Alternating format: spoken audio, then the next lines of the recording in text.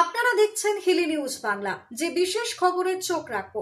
দক্ষিণ দিনাজপুর জেলা ত্রিমোহিনী প্রতাপচন্দ্র উচ্চ মাধ্যমিক বিদ্যালয়ে প্ল্যাটিনাম জয়ন্তী উৎসব 2026-এর শুভ উদ্বোধন ঘিরে উৎসব মুখর পরিবেশের সৃষ্টি হয়। বিদ্যালয়ের 75তম বর্ষপূর্তি উপলক্ষে আয়োজিত এই অনুষ্ঠানে প্রধান অতিথি হিসেবে উপস্থিত ছিলেন বালুরঘাটের সাংসদ তথা কেন্দ্রীয় শিক্ষা এবং উত্তর পূর্বাঞ্চল উন্নয়ন মন্ত্রী ডক্টর সুকান্ত মজুমদার। উদ্বোধনী অনুষ্ঠানে মন্ত্রী বিদ্যালয়ের ঐতিহ্য এবং শিক্ষা ক্ষেত্রে তার দীর্ঘ অবদানের প্রশংসা করেন।